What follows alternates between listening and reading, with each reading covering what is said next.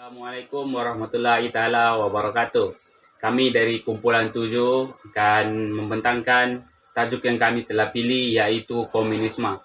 Ahli kumpulan 7 terdiri daripada Brian Ellen Robert, Muhammad Irsyad Zikri bin Muhammad Azam, Muhammad Aiman Naim bin Din, dan Hazwan bin Hasan, yaitu saya sendiri, serta Sim Jun Chuan. Okey, definisi komunisme. Definisi komunisme ialah, komunisme ini adalah satu ideologi komunisme, di mana rakyat diatur dan dibentuk dengan ideologi-ideologi yang bersifat doktrina dan estagolis. Ideologi komunisme ini merupakan salah satu yang bertentangan dengan kapitalisme. Sebagai contoh, sekiranya kapitalisme menggunakan sistem ekonomi di mana perdagangan, industri dan alat pengeluaran diserahkan kepada sektor swasta bertujuan untuk mencapai keuntungan melalui mekanisme ekonomi pasaran, maka dengan itu komunisme akan berlaku sebaliknya. Ideologi komunisme ini dicetuskan oleh Karl Marx, di mana dia menciptakan ideologi ini untuk menghapus hak milik pribadi dan menggantikannya dengan harta bersama yang dikendalikan oleh negara. Dia juga menganggap bahwa orang yang berkuasa secara ekonomi dan mengeksploitasi catuan yang harus diterima oleh manusia lain tanpa hak manusia. Dia juga mengharapkan dalam cita-citanya adalah untuk mewujudkan sebuah masyarakat tanpa kelas pembezaan yang tidak terobsesi dengan pekerjaan sahaja. Ya, saya Brian Ellen Robert akan menyampaikan slide seterusnya, yaitu sebab-sebab kenapa kami memilih fahaman komunisme. Oke. Sebab yang pertama adalah sejarah negara kita dengan kumpulan atau organisasi komunis. Hal ini karena negara kita ini pernah dijajah oleh parti komunis, yaitu Parti Komunis Malaya, yaitu PKM, terutamanya di tanah Melayu. Walaupun hanya selama 14 hari, tetapi telah menimbulkan keganasan, rusuhan, serta menyebabkan pergaduhan antara kaum. Ini adalah sebab mengapa pahaman komunisme ini menarik minat kami untuk mengetahui lebih mendalam mengenai komunisme. Kita juga dapat melihat impak apabila suatu kumpulan atau organisasi menggunakan fahaman komunisme ini dalam menjalankan agenda mereka. Organisasi ini telah banyak memberi impak, iktibar, dan pengajaran, terutamanya kepada masyarakat kita setelah kejadian tersebut berlaku. Oke, sebab yang kedua adalah sebab fahaman komunisme dan impaknya kepada negara yang mengamalkannya, yaitu salah satu sebab adalah sifat inquiry kami dengan negara yang masih mengamalkan komunisme, seperti China, Korea Utara, maupun Vietnam.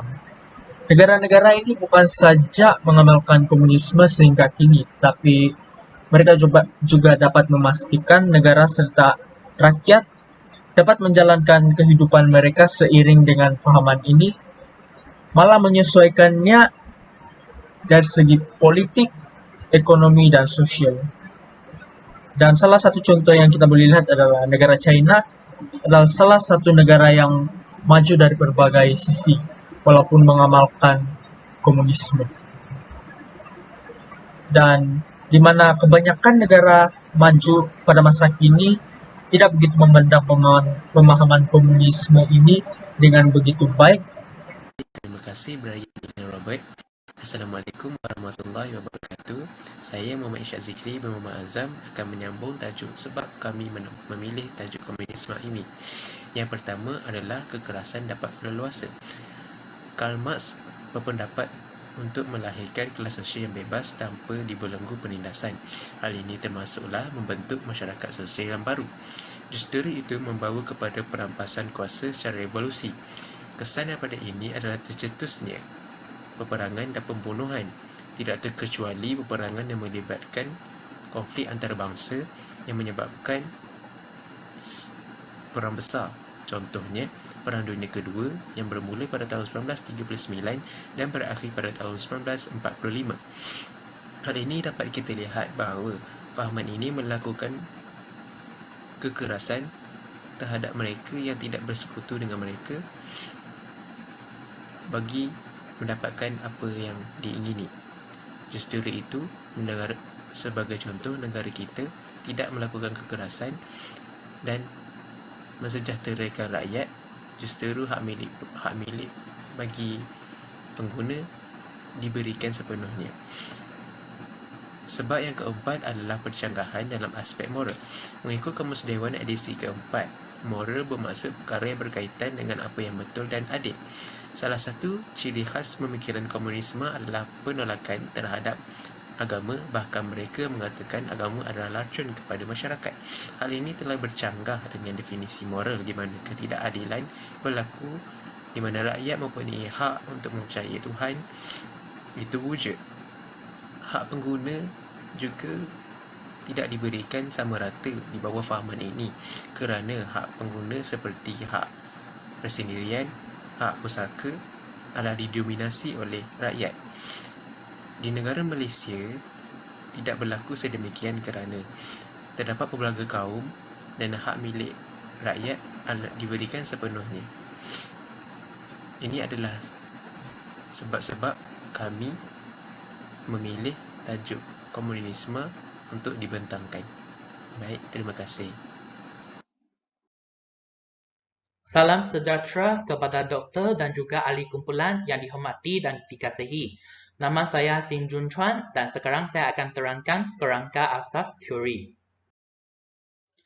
Karl Marx yang berlahir pada tahun 1818 dipercayai bahawa merupakan pengasas komunisme. Dan teori komunisme beliau telah banyak memberikan kesan yang besar kepada seluruh dunia sehinggalah ia menjadi keterangan antara borjus dengan proletariat. Melalui apa yang telah diucapkan oleh Karl Marx, sebenarnya komunisme merupakan sejenis ideologi politik. Ideologi politik ini menggalakkan manusia untuk menubuhkan satu masyarakat yang egalitarian, tanpa kelas dan tanpa negara.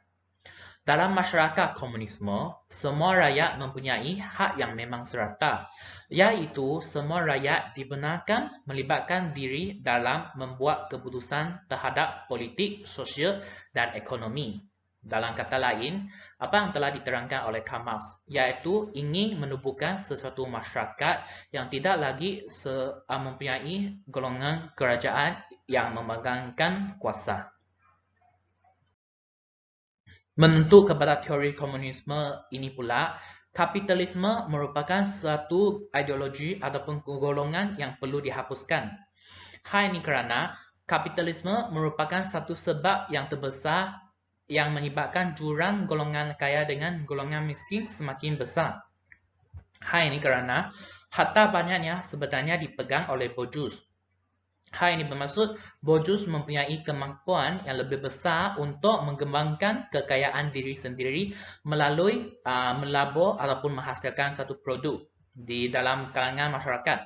Pada masa yang sama, orang miskin lebih susah untuk menjadi orang kaya melalui menjalankan aktiviti usahawan. Hal ini kerana banyak sumber yang ada dalam masyarakat telah dikuasai oleh borjus. Dan hal ini menyebabkan orang miskin terpaksalah menjadi pekerja kepada borjus. Walau bagaimanapun, apabila produk yang dihasil oleh pekerja dalam masyarakat mencapai satu tahap yang optimum, pekerja ini mungkin akan dipecah oleh borjus sebab borjus ingin mengurangkan kos pengeluaran. Dan hal ini akan menyebabkan pengangguran berlaku dan meningkat dalam kalangan masyarakat.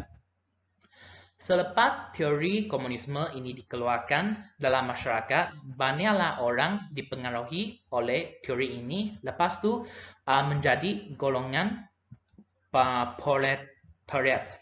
Dan golongan proletariat ini sentiasa memperjuang untuk mencapaikan satu masyarakat yang tiada kapitalisme sehingga ahad ini. Nama saya ialah Muhammad Aiman Naim bin Din. Sekarang ini saya akan menerangkan tentang negara yang masih mengamalkan sistem komunis.